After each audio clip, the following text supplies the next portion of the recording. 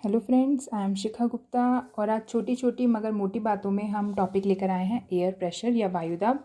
हालांकि ये वाकई बहुत छोटी बात है, लेकिन अगर कॉन्सेप्चुअली इस चीज़ को देखें तो ये वाकई बहुत बड़ी बात है। और पूरे वर्ल्ड में जो विंड फिनोमेना है, जो पवनें चलती हैं, उसको ये कहीं ना कहीं इम्पैक्ट करता है। इनफैक्ट मेजर उसका जो फैक्टर है, मुख्य कारक होता है पवनों का। तो एयर प्रेशर, वायुदाब, जिसको हम दो कैटेगरीज में डिवाइड करते हैं, हाई प्रेशर और लो प्रेशर, यानी उच्च दाब और निम्न दाब। ये होते क्या हैं, कैसे बनते हैं, इनको हम आज एक एक करके डिस्कस करते हैं। और ये वीडियो जो है आगे आने वाले कई वीडियो का बेसिक वीडियो रहेगा, बेसिक क्लास रहेगी। तो आप कोशिश करें कि इसको आप अच्छे से समझें। तो दोस्तों, हमारे लिए सबसे पहले यह समझना ज़रूरी है कि प्रेशर यानी दाब क्या होता है। जिस भी किसी चीज़ में द्रव्यमान यानी भार होता है, वो दूसरी वस्तु पर एक भार यानी दबाव क्रिएट करती है, एक प्रेशर क्रिएट करती है। जैसे कि अगर हमारे अंदर द्रव्यमान है, मास है, और अगर हम कहीं खड़े हैं तो हमारे नीचे की ज़मीन पर, धरती पर हम दबाव क्रिएट कर रहे हैं, प्रेशर क्रिएट कर रहे हैं। यानी जिस भी वस्तु के अंदर द्रव्यमान है, मास है, वो दूसरी वस्तु पर दबाव यानी प्रेशर बनाती है। इसी तरह से जो हवा है, यानी हमारी एयर है, विंड है, जिसे हम कह सकते हैं, अगर हम उसकी बात करें तो वो भी धरातल पर दबाव बनाती है। क्यों?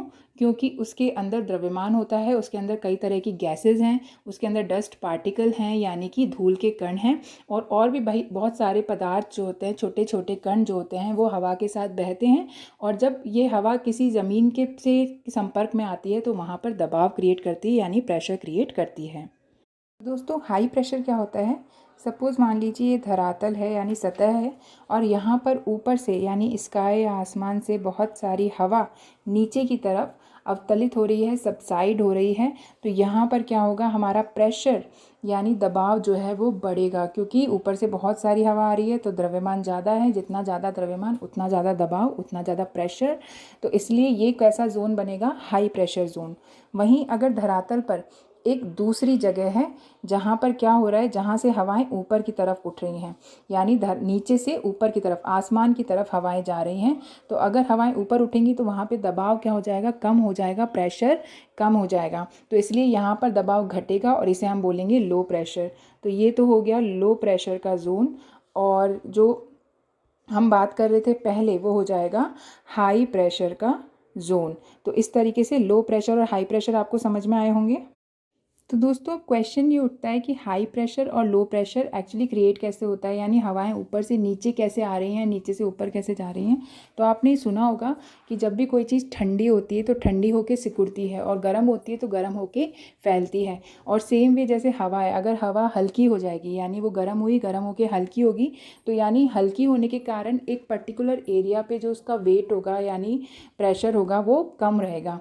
तो उस वजह से क्या होंगी, हवा हल्की लगेगी। और अगर मान लीजिए किसी जगह पर ठंड है तो वहाँ पे हवा सिकुड़ जाएगी, और सिकुड़ने के कारण वो भारी हो जाएगी, और भारी होने के कारण उसका प्रेशर क्या होगा? ज़्यादा होगा। अब देखो, जो हल्की चीज़ है वो हमने सुना है हमेशा ऊपर की तरफ उठती है, और भारी चीज़ें नीचे की तरफ बैठती हैं। तो सेम वे जहाँ ठंड ज़्यादा होगी वहाँ पे हवा भारी होगी, और भारी होने के कारण नीचे बैठेगी, ऊपर से नीचे की तरफ, तो हाई प्रेशर क्रिएट होगा। और नीचे से ऊपर की तरफ जाएगी तो लो प्रेशर क्रिएट होगा, जहाँ पे गर्मी होगी।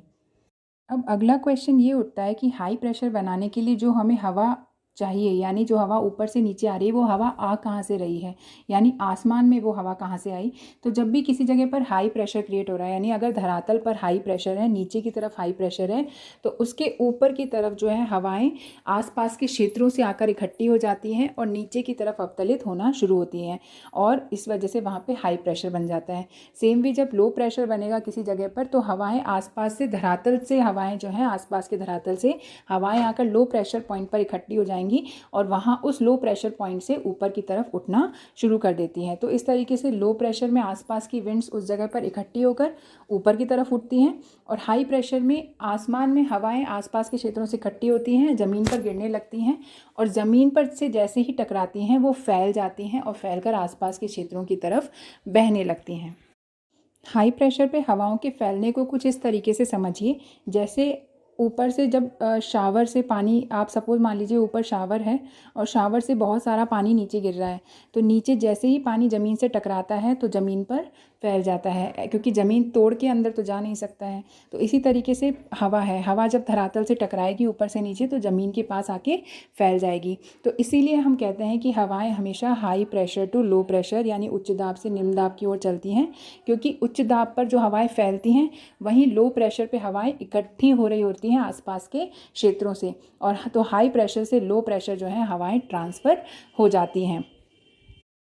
साथ में यहाँ पर एक कॉन्सेप्ट और समझ लेते हैं। जैसे कहीं धरातल पर हाई प्रेशर बना हुआ है तो उस हाई प्रेशर के ठीक ऊपर आसमान में लो प्रेशर बनेगा। वो कैसे?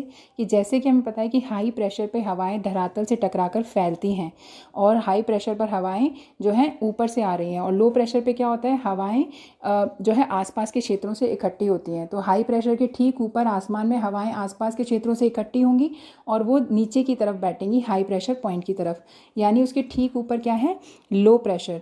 ऐसे ही जहाँ धरातल पर लो प्रेशर बना हुआ है वहाँ पर हवाएं आसपास के क्षेत्रों से इकट्ठी होंगी और इकट्ठी होकर ऊपर उठेंगी और ऊपर आसमान से टकराकर जो है आसपास की तरफ फैल जाएंगी। तो इस तरह से लो प्रेशर के ठीक ऊपर क्या है, हाई प्रेशर। तो हाई प्रेशर के ठीक ऊपर लो प्रेशर और लो प्रेशर के ठीक ऊपर हाई प्रेशर। होपफुली ये कॉन्सेप्ट आपको समझ में आया होगा। आगे बहुत सारे वीडियोज़ में हम इनको यूज़ भी करेंगे। Thank you very much. Bye bye.